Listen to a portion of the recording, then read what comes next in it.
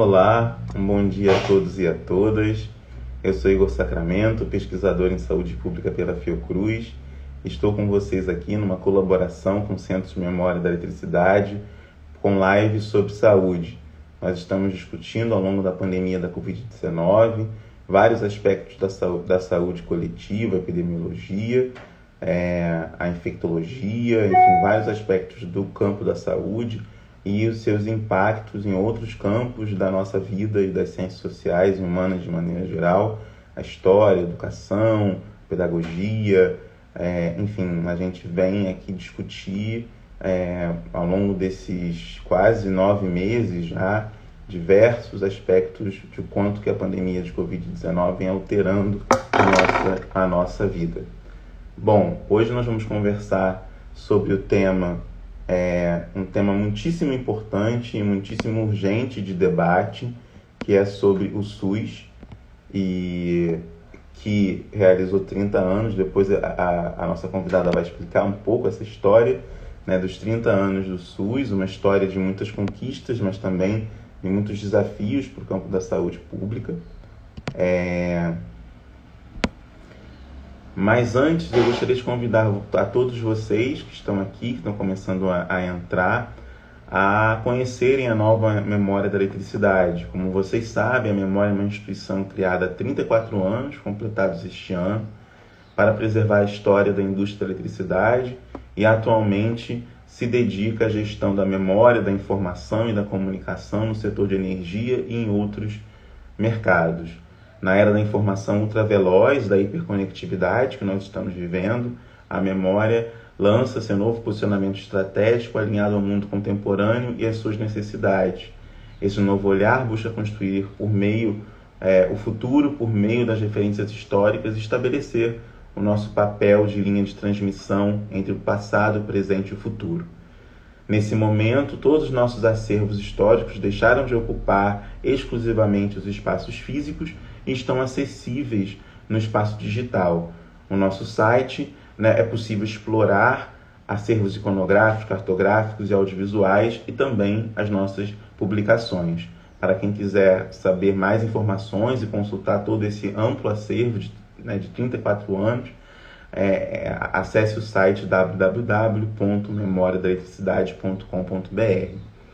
A nossa convidada de hoje para discutir esse tema, os 30 anos do SUS no Brasil, é a pesquisadora Isamara Bastos Machado, que é doutora em Comunicação e Cultura pela UFRJ, mestre também em Comunicação e Cultura pela UFRJ, atualmente pesquisadora do Laboratório de Pesquisa em Comunicação e Saúde da Fiocruz. Nós somos colegas, o que para mim também é um prazer conversar com a Isa hoje aqui, do mesmo laboratório, na Fiocruz.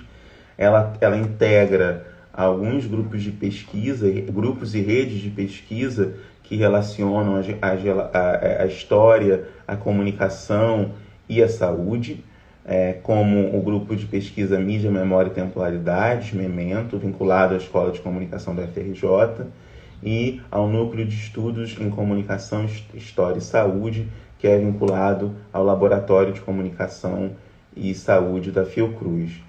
Ela tem como seus principais focos de pesquisa, como eu já disse, as relações entre comunicação, história e saúde, mas principalmente associada às questões da memória, da saúde pública, das historicidades dos processos comunicacionais, do jornalismo. Então vai ser um prazer conversar hoje com a Isamara sobre o SUS e os desafios do SUS. Ela que fez a tese de doutorado dela justamente sobre o SUS, o que ela chama de SUS midiático na tese, e a gente vai conversar um pouco sobre esse SUS midiático e quais são as novas representações do SUS no contexto da crise deflagrada pela pandemia de Covid-19. Bom, vou convidar a Isa para a nossa conversa.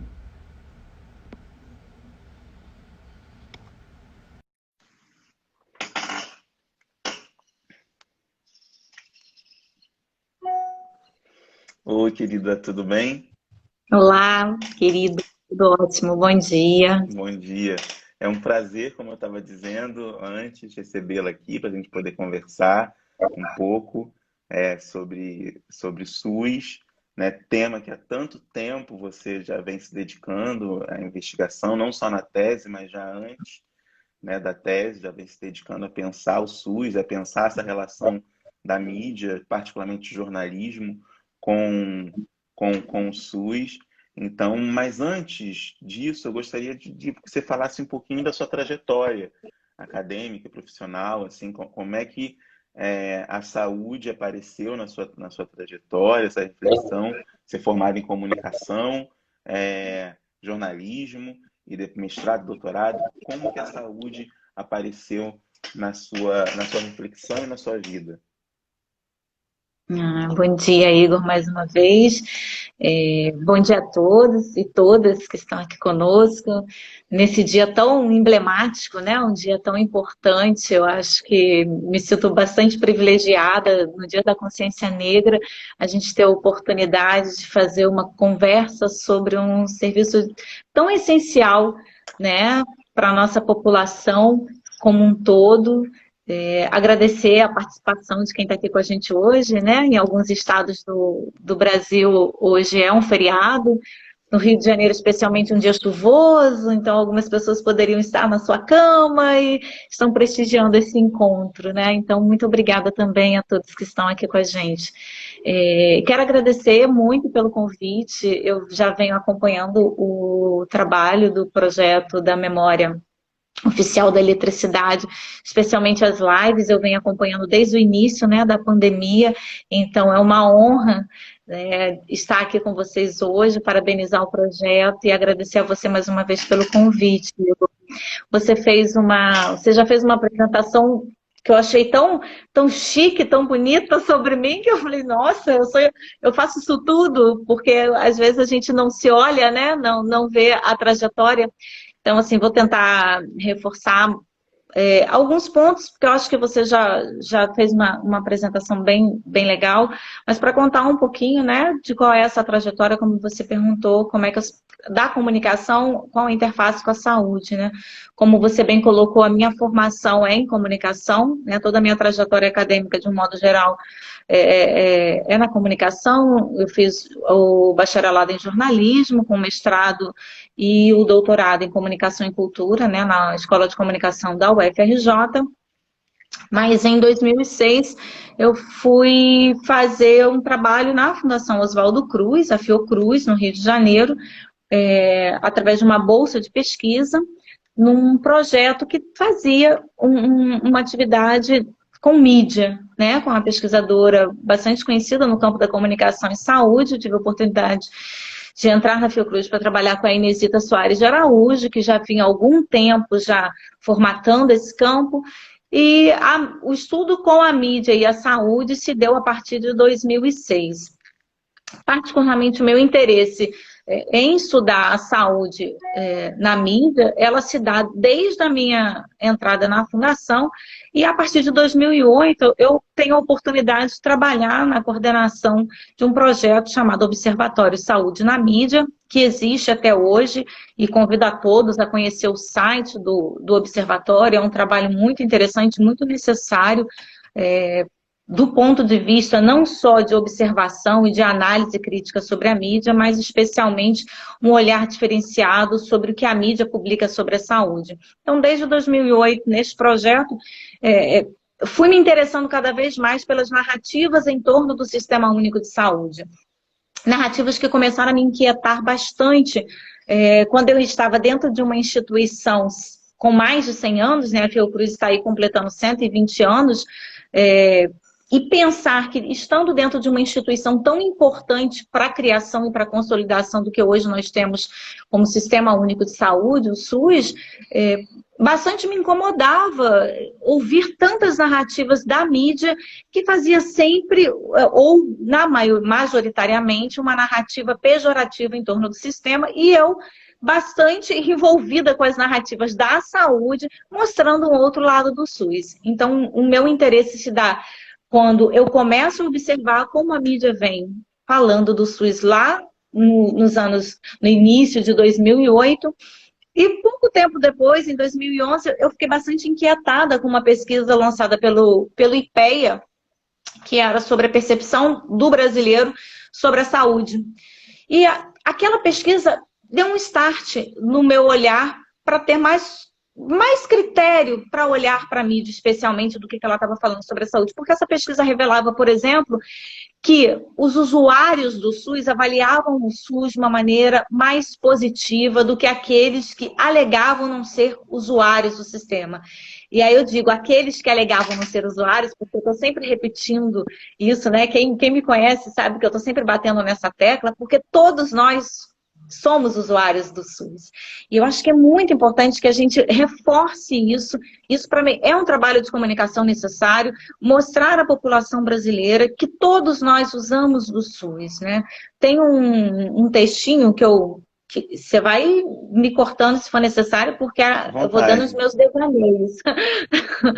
Porque tem um textinho que foi capa de um jornal em 2018, que eu particularmente gosto muito, porque ele é muito didático, muito simples. Eu uso ele na minha capa da página do Facebook, que ele pergunta, eu imprimi aqui para poder falar para vocês, né? Que ele pergunta o seguinte: o que você vai fazer sem o SUS? Porque a gente está tão acostumado a ouvir as pessoas denegrir o serviço público, muitas vezes o senso comum, ouvir uma narrativa que desqualifica o Serviço Único de Saúde, e eu acho que às vezes é muito importante a gente relembrar a nossa população brasileira da grandiosidade, da complexidade que é o SUS. Eu acho que a primeira coisa a se pensar o próprio nome já diz, né? O SUS é um sistema único de saúde. Primeiro que ele não é o único sistema de saúde que nós temos, né? Mas ele organiza, em alguma medida, os sistemas de saúde. Então, a gente precisa pensar no SUS pela sua complexidade. Não é fácil falar do SUS, não é simples falar do SUS. Ele tem muitas vertentes. Então, eu já me antecipo que não tenho a menor pretensão de esgotar as possibilidades de narrativas em torno do Sistema Único de Saúde, né? Porque a gente pode falar do SUS de vários pontos de vista, do ponto de vista econômico, do ponto de vista da gestão, do ponto de vista da assistência, da própria narrativa que a mídia faz sobre o SUS, da história do SUS, né? A sua construção. Eu acho que é importante a gente reforçar que o SUS ele é um sistema muito recente, né? Ele não está conosco há muitas décadas. O SUS é um jovem sistema, né? Ele está em construção. Então, assim, só para voltar daquela minha preocupação em lembrar a nossa população da importância desse Sistema Único de Saúde, especialmente no momento que a gente está vivendo agora, né? Para a gente falar do contexto da pandemia de Covid-19, é essencial a gente ter clareza do que o SUS pode fazer por nós. Então, assim, no textinho do jornal, que é muito breve, quando ele pergunta, né, o que você vai fazer sem o SUS, ele lista coisas do dia a dia que grande parte da população não se dá conta de que é o SUS que está ofertando, né? Então, assim, se você já foi num posto de saúde tomar uma vacina e não pagou, isso é o SUS. Se você come em restaurantes, a vigilância sanitária é responsabilidade do SUS. Você já levou alguém na UPA? É o SUS. Quem faz a fiscalização da qualidade dos alimentos? É o SUS. Você sofreu algum acidente na rua? Quem vai te atender, inicialmente, é o SUS. Você precisa de um transplante, a maior rede de transplantes do país, 95% dos transplantes do nosso país é feito pelo Sistema Único de Saúde. Alguns tratamentos, tuberculose, por exemplo, é o SUS quem vai lhe ofertar. Então, o próprio tratamento, né, de HIV/AIDS, a medicação, é fornecida pelo Sistema Único de Saúde. A gente tem um sistema que atende aí um país com mais de 200 milhões de pessoas. O SUS ele se propõe a ser um sistema universal, que significa dizer que ele está aí para todos, para todas, não importa a crença, a idade, a classe social, não há nenhuma questão que possa impedir que você tenha um atendimento.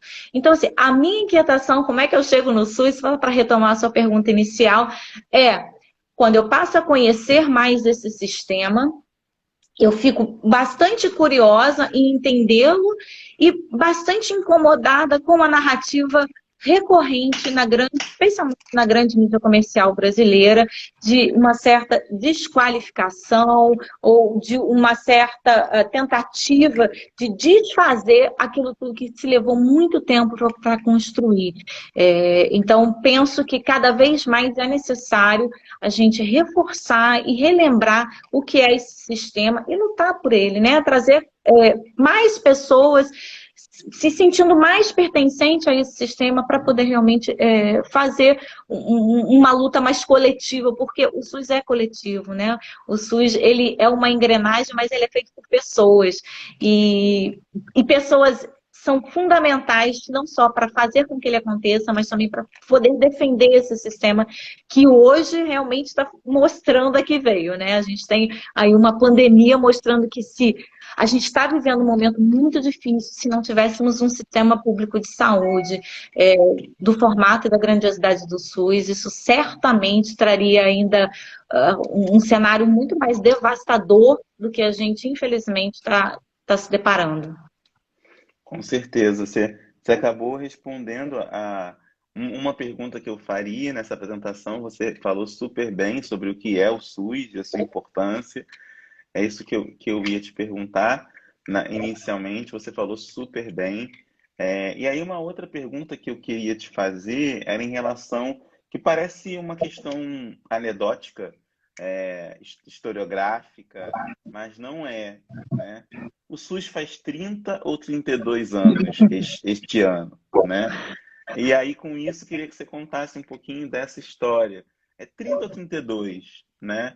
E como você estudou essas narrativas jornalísticas, midiáticas sobre o SUS, isso é uma questão que aparece. Quer dizer, o marco é a Constituinte ou o marco é a lei orgânica?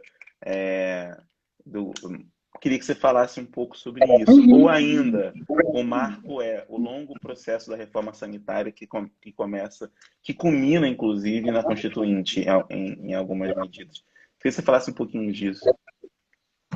Muito, muito interessante essa sua colocação, porque essa também era uma importante inquietação, né? Encontrar em bibliografias diferenciadas esse marco, né?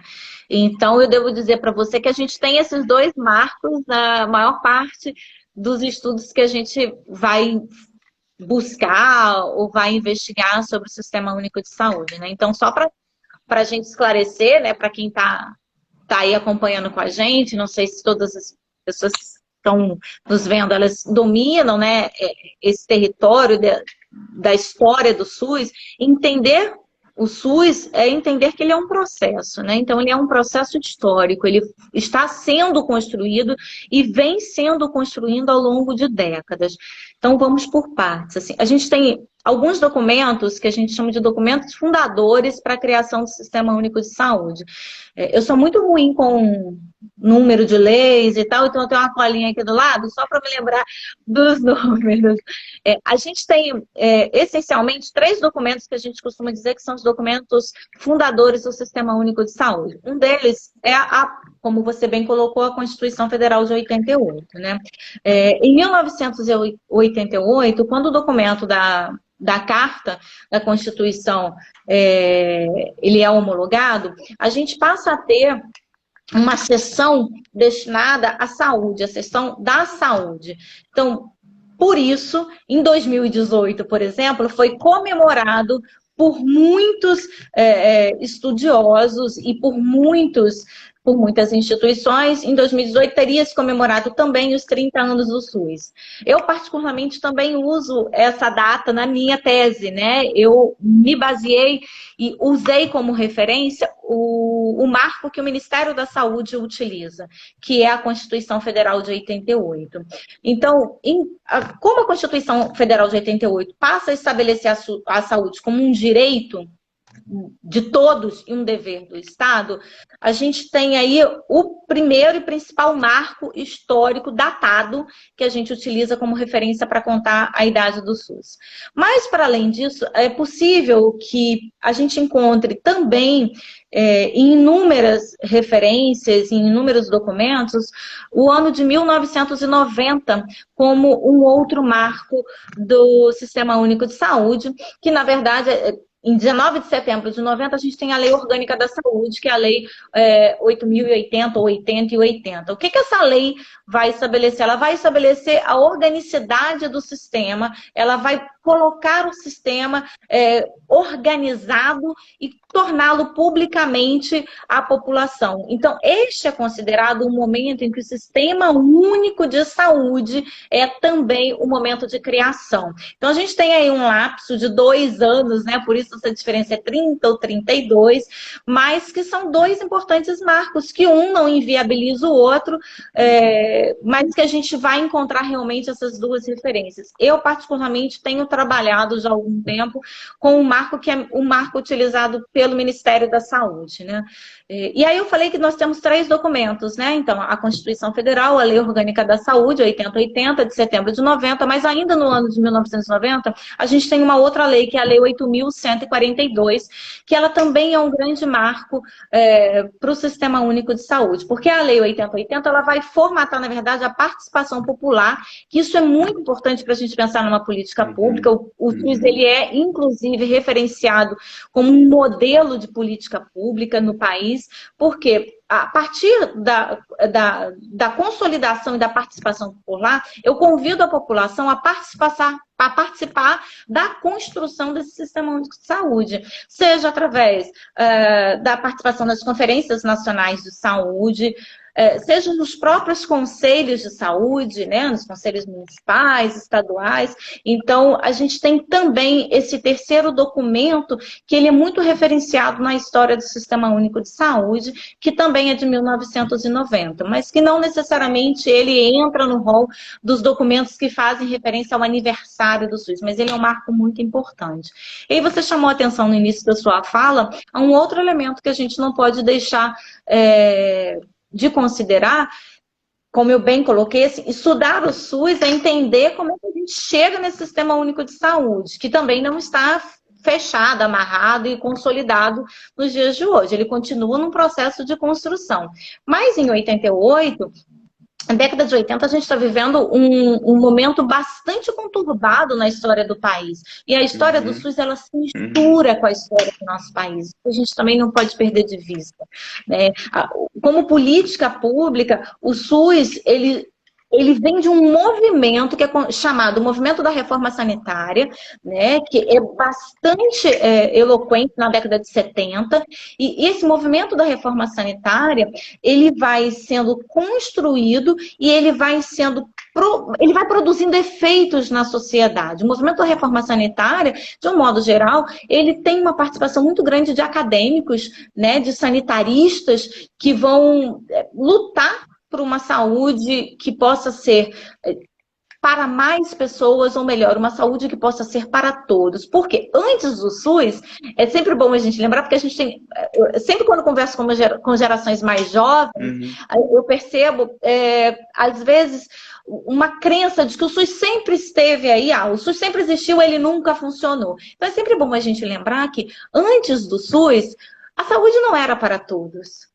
A gente não tinha, nem todo mundo não, todos não poderiam procurar um atendimento de saúde, porque a gente tinha uma saúde bastante restrita. A gente tinha o INAMPS, na verdade, né, que algumas pessoas conhecem de nome e outras já estudaram antes, né, a geração mais jovem, mas INAMPS, né, o que era o INAMPS? O INAMPS prestava atendimento de saúde para aquelas pessoas que tinham, por exemplo, uma carteira assinada. Isso significa dizer que nas condições de hoje, por exemplo, da Covid-19, em que a gente tem um número altíssimo de pessoas sem vínculo empregatício ou no trabalho informal, isso significa dizer que hoje, se a gente não tivesse o SUS, grande parte da população estaria totalmente descoberta de um atendimento de saúde. Então, antes da década de 80, tinha direito a um atendimento de saúde quem tinha uma carteira assinada.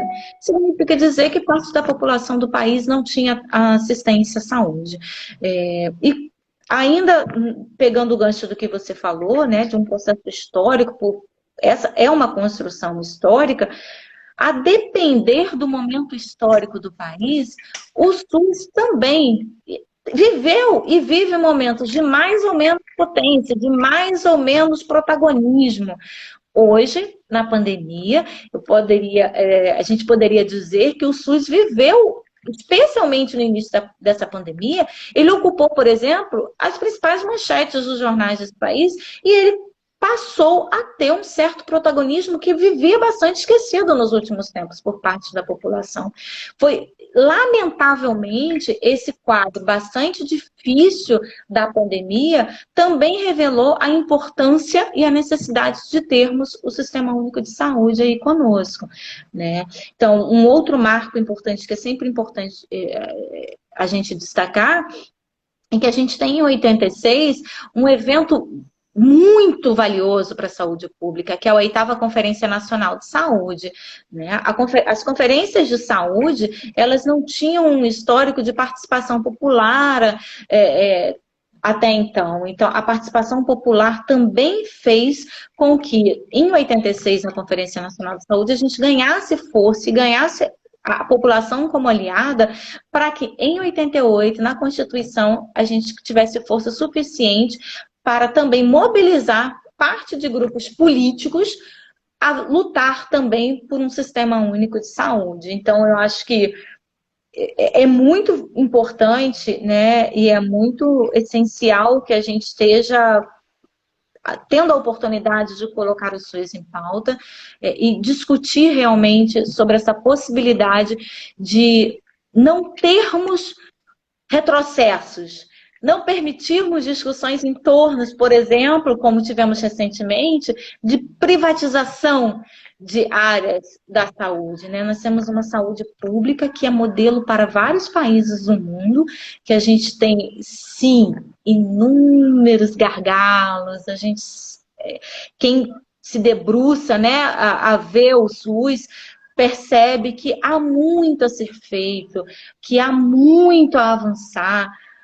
São muitos os desafios, né? Para usar aí o título da nossa live, são muitos esses desafios, mas acho que é necessário que a gente leve a clareza e a população que muito se venceu até aqui, né? Que estão esses 32 anos, eles são muito valiosos para o que a população tem hoje como saúde pública no país. Muito bom, Não sei se eu Isa. respondi. Respondeu super. E eu fiquei pensando aqui, e aí, claro, quem quiser fazer comentários ou perguntas, eu esqueci de falar no começo, fique à vontade para poder fazer comentários e perguntas, e eu vou falando, transmitindo ao longo da nossa conversa. Bom, uma das coisas que eu fiquei pensando quando estava falando desse momento fundador, né, qual é que foi o lugar da imprensa nesse momento fundador, assim, de criação do SUS, ou de organização, né, do próprio sistema, que vai se dar a partir dos anos 1990, especialmente essa organização, num governo, né, marcado por uma lógica neoliberal, privatista, que é o governo Collor. Quer dizer, como é que se deu, né, na imprensa, pela imprensa, né, esse processo de transformação da saúde pública, né? Como é que se deu, como é que foi a cobertura nesse momento de criação? É muito interessante a gente pensar, né? Porque assim, eu trabalho na perspectiva de que é a linguagem que vai dar muito sentido para o mundo, né? Então a mídia ela é essencial para a gente construir, inclusive, o que é o SUS para a população de um modo geral. Então, os meus estudos sobre a mídia também perpassam essa tentativa de compreender, né, que sentidos sobre o SUS estão sendo construídos ao longo desse tempo, né? Como é que o SUS vem sendo narrado pela grande mídia, especialmente. Como você bem colocou, o SUS, ele surge, ele nasce curiosamente no momento em que o que a gente tem no país, uma lógica neoliberal que explode, né? Após a abertura política, a gente tem os primeiros anos do SUS perpassando por vários governos, né?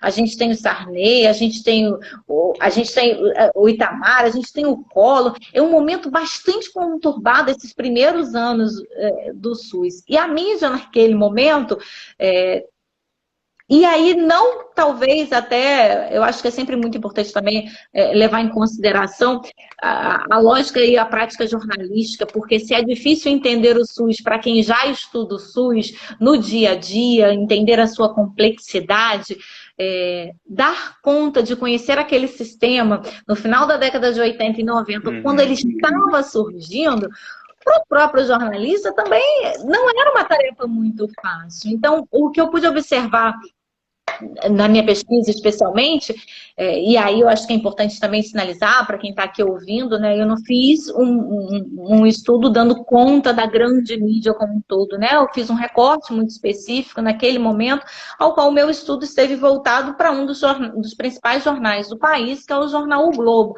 um jornal com sede no Rio de Janeiro, o que faz a gente ter um olhar diferenciado, né? O Rio de Janeiro que vem de um histórico de capital do país, então é um jornal com bastante relevância. E um jornal que já tinha se consolidado como grande imprensa já há algum tempo. Então, a narrativa inicial, especialmente do jornal o Globo daquele momento, era mais uma narrativa que acompanhava o que já vinha sendo falado sobre os hospitais públicos que prestavam serviços para o INAMPS. Então, tem quase que um vício de linguagem naquele momento de não mudar muito essa narrativa e talvez até de desconhecer o que significava a criação de um sistema único de saúde, né? Porque para o jornalista também que estava fazendo aquela cobertura, e aí eu penso, né, que é sempre necessário a gente fazer essa tentativa de deslocamento para entender aquele momento, daquele percurso histórico. Não dá para fazer uma análise daquele momento com o meu olhar de 2020. Eu preciso tentar me deslocar nesse tempo, né, ir para uma outra temporalidade e avaliar que naquele instante também para a imprensa o Sistema Único de Saúde talvez não mudasse muito. O que estava para mudar para a população, isso não aparece nas narrativas.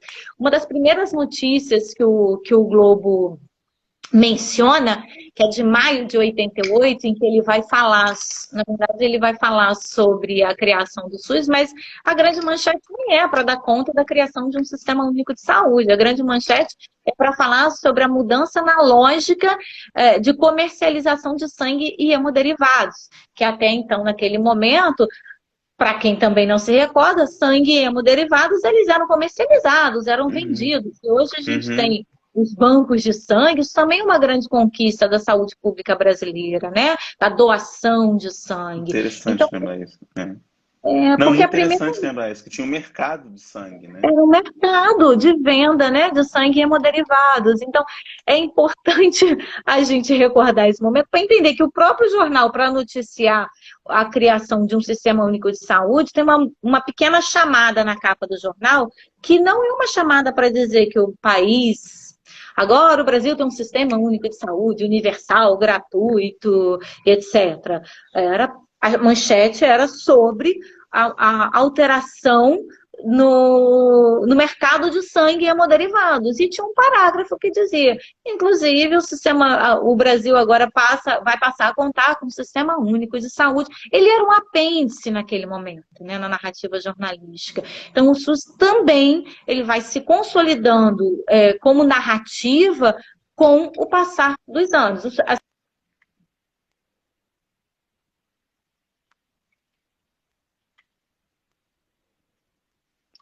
Isa, para mim falhou, para mim parou.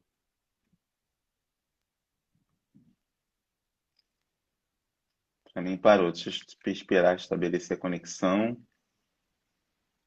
Voltou. Voltou. Para mim congelou também. Então, assim, os primeiros anos, talvez a primeira década, a gente nem tem grandes manchetes sobre o SUS, né? A gente tem grandes notícias e textos que vão dar conta de uma crise na saúde pública. Isso também não está muito diferente. Se a gente for avaliar ao longo desses 30 anos que eu estudei, isso atravessa, né? Atravessa o tempo, a crise na saúde pública nas grandes manchetes dos jornais. Mas, com o passar do tempo, também foi possível observar que este não é o único tema que existiu nessa cobertura jornalística. Nos primeiros anos, o SUS ele era ainda bastante invisível. Uma das coisas que eu consigo observar, por exemplo, que o próprio nome SUS, né, ele vai se consolidando nessa última década que a gente está vivenciando, né? A gente tem bastante texto que não faz referência à nomenclatura SUS. A imagem do SUS, de um modo geral, ela foi bastante marcada pela imprensa, com imagens de filas em hospitais, pacientes aguardando atendimento. Então, isso vai construindo uma narrativa que faz, por exemplo, com que pesquisas como a do IPEA de 2011, ou pesquisas até recentes, né, em 2019, a Pesquisa Nacional de Saúde do IBGE, que foi divulgada agora em 2020, também revela que as pessoas que se consideram usuárias do SUS, elas avaliam o sistema melhor do que aqueles que não se consideram usuários do SUS, é porque tem um componente aí que é muito importante, que são os sentidos que estão sendo realmente discursivamente produzidos pelas narrativas da mídia, né? E como o SUS ele não se faz sozinho e ele não se faz apenas pelas narrativas de quem vai, por exemplo, num atendimento de saúde, num posto, numa UPA, num hospital, ele também é construído por outras narrativas, né? Pela narrativa do usuário, mas também pela narrativa daquele que se acha não usuário, pela narrativa do profissional de saúde, pela narrativa dos gestores, dos políticos, pela narrativa da própria mídia, não só como noticiário, mas a mídia como entretenimento, né? A gente tem inúmeros produtos de entretenimento que, em alguma medida, quando vão falar da saúde pública, é recorrente uma desqualificação do sistema. Então, é quase que um vício de retorno de uma narrativa que não consegue avançar, quando a gente tem inúmeras experiências exitosas, como, por exemplo, o programa de imunização do Brasil, né? A gente tem um programa premiadíssimo, inclusive internacionalmente. A gente tem inúmeras práticas exitosas na saúde pública do país que perdem força quando uma narrativa midiática desqualifica recorrentemente um sistema que se propõe a ser tão grandioso e a ter tantas vertentes, né? Nossa, respondeu super bem, super bem. Acho que foi. Agora eu fiquei pensando, quando você estava falando, né, você falou muito bem desses agentes, né, e a imprensa como um dos agentes na construção dos sentidos, e mais do que isso, né, das narrativas, usando esse termo que eu acho que é bem importante sobre isso, mas de qualquer maneira, né, na sua tese você fala sobre um SUS midiático, né? Eu queria que você falasse um pouquinho disso, de quais são os SUS midiáticos que vão se produzindo ao longo desse tempo, desses 32, 30, dessas décadas, né? Como é que você observa as mudanças na construção dessa narrativa?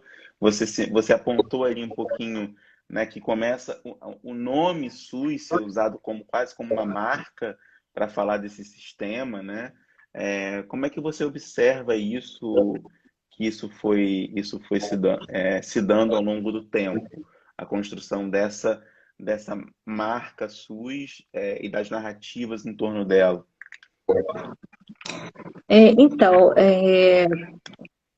Essa minha proposta, né, na pesquisa, na tese de um SUS midiático, ela vem muito motivada a partir de algumas leituras, especialmente a partir de uma classificação que eu tinha visto enquanto eu estava fazendo os meus estudos exploratórios, né, os meus levantamentos bibliográficos. Tem tem um pesquisador brasileiro que ele é bastante conhecido para quem estuda aí a saúde pública, que é o Jair Nilson Paim, e ele, num livro dele que é bastante conhecido, né, que foi editado e publicado pela editora Fiocruz, que é o SUS, ele vai dizer que se você perguntar a diferentes atores sobre o que é o SUS, o que é o SUS para você, né? E esse exercício a gente pode fazer na vida, né, no dia a dia. Nós que trabalhamos, por exemplo, na fundação, a gente pode fazer com atores diferentes, para quem trabalha dentro da fundação, para quem presta serviço diretamente na assistência, você pode conversar com seus familiares, com sua mãe, seus tios, com seus primos, cada um vai trazer um referencial. E o Jair Nilson Paim, ele propõe uma classificação que ele vai dizer que existe o SUS, que é o SUS para pobres, e que ele diz que a ideia de que o SUS é um serviço para prestar atendimento para pobre, que algumas pessoas têm isso em mente, que o SUS é para quem não tem dinheiro para pagar. E ele propõe 4 classificações. Então, o SUS para pobre, que ele vai dizer que também o SUS real, que ele vai dizer que os defensores do SUS, eles vão até reconhecer o direito à saúde, como a gente observa muito nos discursos dos gestores, mas na medida que os gestores acabam muitas vezes refém dos ministros, dos secretários da área econômica, porque o SUS está diretamente atrelado à área econômica, né, ao que se tem de investimento, esse SUS real, ele vai se configurando de maneira diferente. Eu tenho várias propostas, mas eu dependo muito de negociações políticas e quem está disposto a trabalhar em prol do SUS. Então, esse é o que ele vai chamar de um SUS real. Ele vai dizer que existe um SUS formal, que é aquele que está estabelecido na Constituição Federal, né? O SUS formal é saúde para todos, direito de todos e obrigação do Estado, que é aquele que tem portarias, decretos. Então, ele vai chamar do SUS formal, mas que ele fica entre o SUS real e o SUS para pobre. Fica tentando dar conta ali. Eles não são excludentes, na verdade, né? Eles estão o tempo todo em diálogo. E por fim, ele classifica o SUS democrático, que é o que ele vai dizer que é o SUS que foi desenhado na reforma sanitária, né? É um desejo de uma articulação, de uma reforma social mais ampliada, de que haja realmente não só uma preocupação de dar assistência no atendimento da doença, mas a gente trabalhar com prevenção, com promoção da saúde. Então, o Jair Nilson, ele vai trabalhar com essas 4 perspectivas: SUS para pobre, SUS real, SUS formal e o que ele chama de SUS democrático. E nas minhas perspectivas, eu proponho, na verdade, que além desses, a gente precisa ficar muito atento ao que eu estou chamando de um SUS midiático, né? Um SUS que está sendo construído conjuntamente com todas essas outras perspectivas ao longo dessas 3 décadas e que tem uma força e uma potência gigantesca no imaginário social, né? Porque, de um modo geral, a gente está contribuindo para uma imagem que vai repercutindo na fala das pessoas, na fala da sociedade. E ao longo desse período, o que eu consegui observar nas narrativas do jornal o Globo é que esse SUS midiático ele se repete, né? Há uma certa padronização narrativa que vai sendo repetida ao longo do tempo e vai consolidando algumas imagens desse Sistema Único de Saúde, né? E aí, quando você me pergunta, né, o que você observou ao longo desse período, desse SUS midiático, eu busquei na tese tentar, nessa observação dessas narrativas ao longo desse período, entender quais eram as principais vertentes, os principais eixos que o jornal usava para falar do SUS, né? E aí, alguns deles eu estabeleço na tese e faço questão também de mencionar que eles não são em ordem de... Eu não trabalho com ordem de degradação ou ordem de aparição, eu não faço questão de classificar o que é mais, o que é menos, eu não faço isso na tese, mas eu tento listar. Então, assim, uma coisa que é marca do SUS midiático, que é uma perspectiva de economia e finança. As narrativas do SUS, elas estão majoritariamente endereçadas a questões econômicas. Então, o que eu encontrei... Gestão, enfim, essas... A questão de investimento é uma temática recorrente na narrativa jornalística, né? Para falar do SUS, eu falo em dinheiro. Aí eu trago atores diferenciados, alguns para falar que falta investimento, o que não tem é dinheiro, a saúde não tem. E realmente a gente tem inúmeros estudos que demarcam que o investimento de saúde no Brasil é infinitamente menor do que em vários países do mundo. Então, apesar de nós sermos o único país com mais de 200 milhões de habitantes que oferece um serviço de saúde pública gratuito e que se propõe universal, o investimento é um dos menores em relação a alguns outros países do mundo. Então, questão econômica e financeira é um dos principais eixos. Uma outra questão é política, né? O SUS está muito atrelado aos debates políticos. Então, em períodos eleitorais, na minha tese eu faço um recorte muito em observar, né, os anos de campanha eleitoral para a presidência da República e os seus primeiros anos de governo. Então, a questão política ela está bastante presente nas narrativas em torno do SUS. Outra questão que aparece recorrentemente é o dado da infraestrutura, e aí qualquer pessoa que assista ou que leia os grandes jornais percebe isso, né? As principais manchetes vão dar conta em mostrar um SUS, um hospital que não tem condições de receber pacientes, a falta de hospitais nesse momento, por exemplo, de pandemia.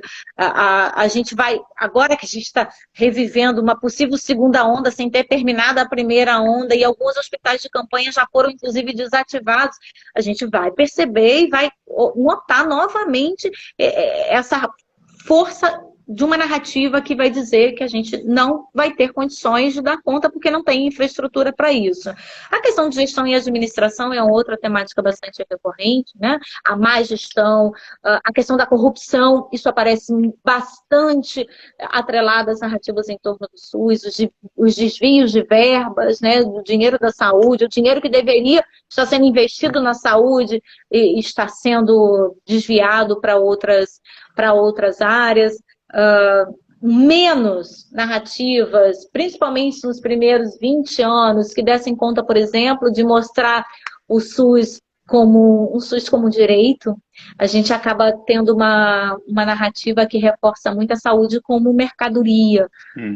Então, não à toa a gente encontra recorrentemente os grandes anunciantes de jornais impressos, muitos deles são planos privados de saúde. Então, também é importante que a gente olhe para essas narrativas sem ingenuidade, né? Entendendo que o jornal também é uma empresa. E como empresa, ela também movimenta dinheiro. Se eu tenho grandes anunciantes como planos de saúde, também é possível que o meu leitor talvez não tenha muita sensibilidade e talvez seja bastante capturado com narrativas que mostrem um SUS com péssima infraestrutura de um lado e do outro lado uma página inteira com um grande anúncio de um plano de saúde ofertando a você uma vida feliz, saudável e etc. Então são essas narrativas contraditórias que a mídia também vai oferecer, nem sempre ela se aparece de uma maneira muito clara para o leitor ou para o telespectador, né, para o ouvinte de rádio.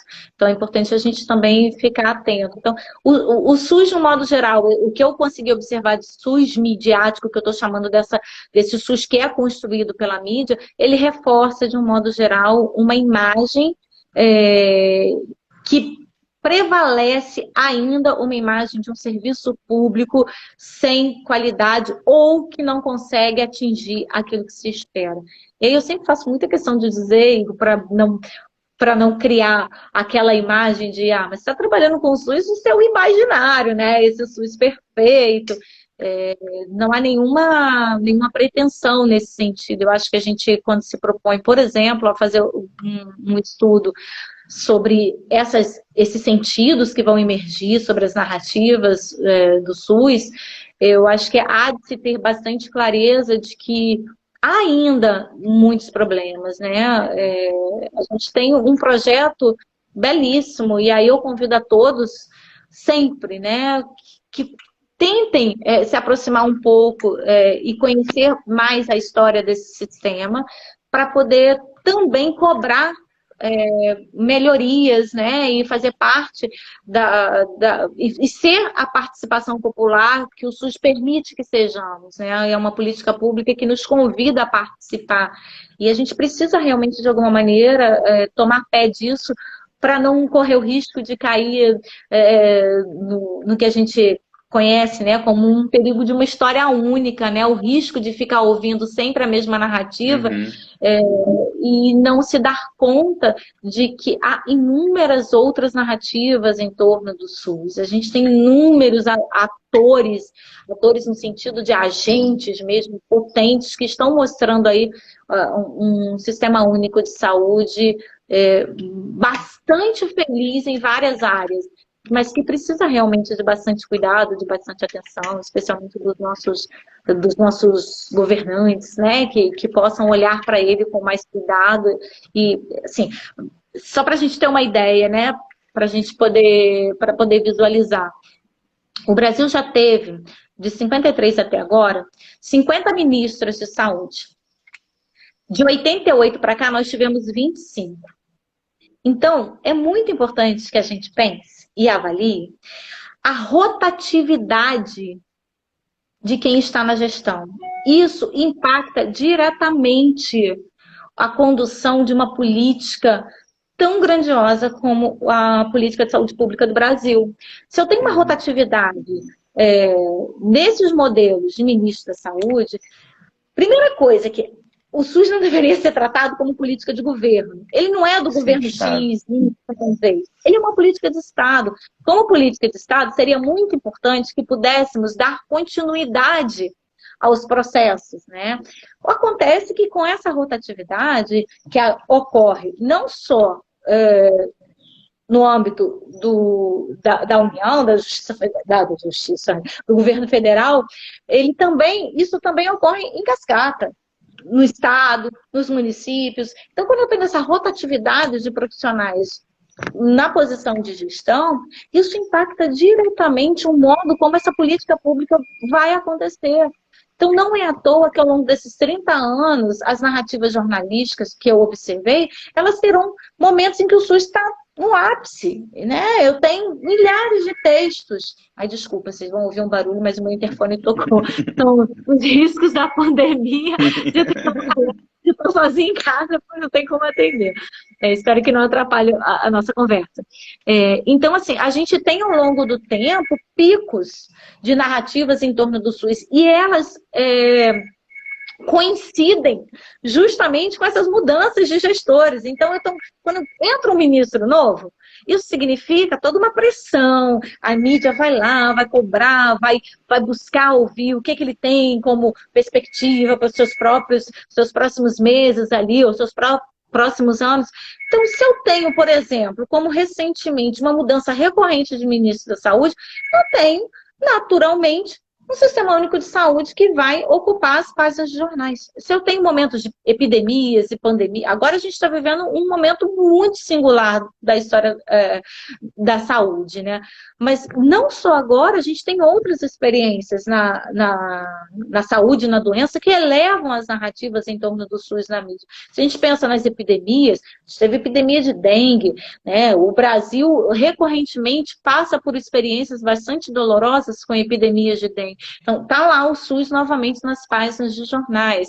A gente tem momentos de tensão, por exemplo, como os períodos de vacinação. Muito recorrentemente, a gente vem vivenciando os movimentos anti-vacinas. Isso implica em dizer que os números de crianças, pessoas vacinadas, quando tem uma diminuição, eu elevo o número de casos de doenças. E aí, quando essas doenças proliferam, não só colocam em risco a população, né, toda a população, como eu faço com que isso vá reverberar nas páginas dos jornais. E aí eu tenho picos de doenças reaparecendo, como sarampo novamente. Então, a gente tem que entender que, como eu disse lá no início da nossa conversa, né, o SUS ele é muito complexo. Então, quando a gente vai falar da saúde pública, a gente está falando de saúde e está falando de doença, a gente está falando de gestão, administração, a gente está falando de políticas locais, a gente está falando de política nacional, porque eu também tenho autonomia dentro dos municípios para lidar com o SUS, né? O SUS não está apenas no âmbito do governo federal, os municípios, os estados, eles têm autonomias para essa movimentação. Então, entender que temos muitos atores, que o sistema é complexo, que ele realmente está ainda em construção, e tentar cobrar isso em alguma medida, que a mídia coloque isso mais claramente, porque eu acho que para nós, né, que já há bastante tempo trabalha na perspectiva da comunicação, mostrar a potência do SUS também é importante. E mostrar o que não funciona e dizer, olha só, não funciona, mas tem toda uma história pregressa que vai culminar neste momento que a gente está vivendo agora.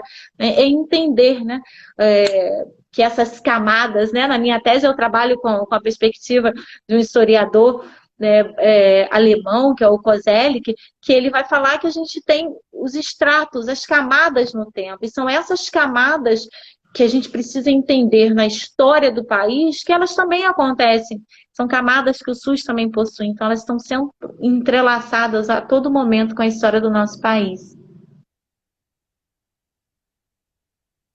Eu não estou te ouvindo. Não sei se as pessoas estão lhe ouvindo. Tá me ouvindo agora? Agora eu tô. Pronto, deve ter algum problema aqui com o fone. De repente a bateria. Então, bom, gostaria de agradecer muito pela sua participação. Já tá no finalzinho. Já tá no finalzinho, a gente já tá chegando a 1 hora de live. Agradecer a todo mundo que tá aqui. Passou muito rápido, eu tinha várias perguntas ainda e várias questões para fazer. Não assim mesmo, assim, várias, mas passou. A gente pode fazer uma nova, uma outra conversa um pouco mais para frente. Tinha várias perguntas. Tem um comentário da Patrícia falando aqui da relação dessas imagens em narrativas midiáticas, como que elas podem reforçadas pela mídia, produzidas também reforçadas, como ela bem lembra, e podem também influenciar profissionais e a percepção de profissionais do próprio SUS, né? Então, enfim, agradecer muito. Talvez é uma outra questão que a gente pode tratar, quer dizer, como que essas representações do SUS nas mídias também contribuem para para a própria imagem que não só os usuários, mas os profissionais têm. Então, foi muito bom, muito esclarecedor. Gostaria de agradecer muitíssimo a sua participação, por você poder compartilhar seu conhecimento, sua experiência aqui, essa tese interessantíssima que você fez. Agora, espero, já falo aqui em público, que se torne livro logo, para tornar mais acessível para todo mundo. Enfim, acho que é uma discussão muito importante pensar esse SUS na mídia, no jornalismo, como se constrói. Muito obrigado. Obrigado mesmo. Eu que agradeço, Igor. Agradeço muito mais uma vez, né, o convite. Eu agradeço você, inclusive, como um interlocutor extremamente importante na minha trajetória acadêmica, né? Agradeço a oportunidade de falar um pouco sobre o trabalho e dizer que acho que mais do que nunca, né, quanto mais a gente tiver a oportunidade de falar sobre o Sistema Único de Saúde, eu acho que mais a gente também pode aperfeiçoá-lo, pode contribuir. Agradecer o comentário da Patrícia que você trouxe aí, eu acho que é muito importante a gente pensar, sem dúvida nenhuma, na perspectiva do profissional de saúde, né? Eu acho que mais do que nunca a gente precisa destacar que é o profissional de saúde um dos elementos mais importantes para o sistema de saúde pública que a gente tem. Então, é importante que ele também conheça e reconheça a potência desse sistema, que ele tenha a oportunidade de trocar experiências com quem realmente está disposto a fazer um sistema único de saúde melhor. Então, muito obrigada a todos. Fiquei muito feliz com o convite. Mais uma vez, ao Memória da Eletricidade, parabenizar pelo trabalho que vocês estão fazendo. Eu acho que, sem dúvida nenhuma, as memórias da pandemia, elas vão, inclusive, ser muito importantes, né, para a gente construir as memórias do nosso país. Então, a gente está aqui, nesse momento, colaborando para a memória do nosso Sistema Único de Saúde. Eu acho que são essas memórias que vão fazer com que a história do nosso sistema possa ser, de alguma maneira, reconfigurada ao longo do tempo, porque ela não é estática, né? O sistema ele não é estático, as camadas elas estão sendo construídas e elas vão ser reformuladas ao longo do tempo. Então, muito obrigada a todos. Foi uma delícia conversar com você por aqui, né? Ter a oportunidade de conversar com você em várias outras instâncias. Então, mais uma vez, obrigada pelo convite, obrigada a todos que vieram prestigiar e que a gente tenha a oportunidade de realmente lutar por um SUS para todos, sem exceção, e que o dia de hoje realmente seja um dia que a gente faça essa reflexão muito importante, pensar em políticas de saúde pública para a população negra. Isso é fundamental, né, para a gente fazer algumas reflexões de que a saúde, ela não pode ser em momento nenhum tratada como um produto, como uma mercadoria, como estão há algum tempo insistindo para que a gente abrace essa ideia. A saúde, ela realmente precisa ser vista como um direito e que a gente possa trazer mais atores e mais vozes para dialogar nesse sentido. Muito bom, muito bom. E que o dia de hoje, né, Dia da Consciência Negra, né, nos leva à consciência da importância da inclusão, da importância dos direitos, da importância do direito à dignidade, da dignidade humana, né, do respeito às diferenças, da inclusão das diferenças, da diversidade. E o SUS, na sua construção, né, lembro muito bem de um dos principais, talvez mais importantes presidentes que a Fiocruz, se não o mais importante presidente que a Fiocruz teve, Sérgio Arouca, que dizia que saúde é democracia, né? E sendo a saúde democracia e parte da democracia, ela envolve processos de inclusão, de observar diferenças, de buscar enfrentar e resolver desigualdades e iniquidades que existem no campo da saúde, sejam elas referentes à informação, à comunicação, à cultura, ao acesso à arte, né? Pensar a saúde do ponto de vista dos direitos humanos da democracia inclui tudo isso, inclui a arte, inclui a cultura, inclui a informação, inclui o acesso à moradia digna, o saneamento básico, inclui tantas coisas fundamentais e também respeito às diferenças étnico-raciais, de gênero, de sexualidade. Tudo isso faz parte quando a gente entende que a saúde é democracia. Então, muito obrigado. Acho que o Instagram acabou dando uma liberada para a gente aqui. Olha que maravilha! Muito bom. Muito bom, muito obrigado. Eu é que agradeço. Pela conversa. E para quem não pôde, chegou agora, não pôde assistir tudo, etc., em breve já vai ficar disponível no canal do IGTV, da Memória da Eletricidade, também no canal do YouTube. E como a Isamara disse muito bem, essa é uma iniciativa que a gente possa produzir memórias para o futuro, né? É claro que informações importantes para o momento que a gente está vivendo da pandemia, mas também memórias para o futuro, para que pessoas, né, ou pesquisadores daqui a 10, 20 anos possam ver essas lives que estão aqui registradas no canal do IGTV, no canal do YouTube, no site do Memória da Eletricidade, e poder pesquisar o que nós estamos vivendo aqui e o que nós pensamos sobre o que estamos vivendo nesse contexto da Covid-19. Como a Isa bem falou no começo, né, estudar a história também é viajar no tempo, é como fazer uma viagem, né, só que não no espaço, mas também no tempo, para tentar conhecer um pouco esse tempo que nós não vivemos, mas que tentamos viajar nele. Isa, muito obrigado mesmo pela participação. Eu é que agradeço. Lindo, lindo, uma delícia conversar com você, uma delícia. Eu acho que a gente podia, já que o Instagram ainda deixou, não derrubou a gente, eu acho que a gente pode sempre pensar, né? E talvez a minha admiração e agradecimento aos sanitaristas, aos acadêmicos, aos gestores, à população que trabalharam na criação do Sistema Único de Saúde, ao pensar os princípios do SUS, que a gente trabalha com três importantes princípios, né? A universalização da saúde, a equidade e a integralidade, é pensar que isso a gente pode levar para a vida, né? Então, que a gente possa realmente pensar na universalização da saúde, ou seja, a saúde para todos, literalmente, né? Sem nenhuma barreira, sem nenhum limite, sem nenhuma condição, uma saúde incondicional, em que eu não imponha nada para que você possa pensar em ter direito à saúde. Uma saúde da equidade, né? Em que eu possa oferecer aos que mais precisam, eu posso oferecer mais para eles, porque somos diferentes, temos necessidades diferentes, temos histórias diferentes, e que também a gente possa pensar na integralidade, né? Pensar na saúde como um todo, na saúde do corpo como um todo, da mente como um todo, de todos os espaços, que a gente possa ocupar todos os espaços.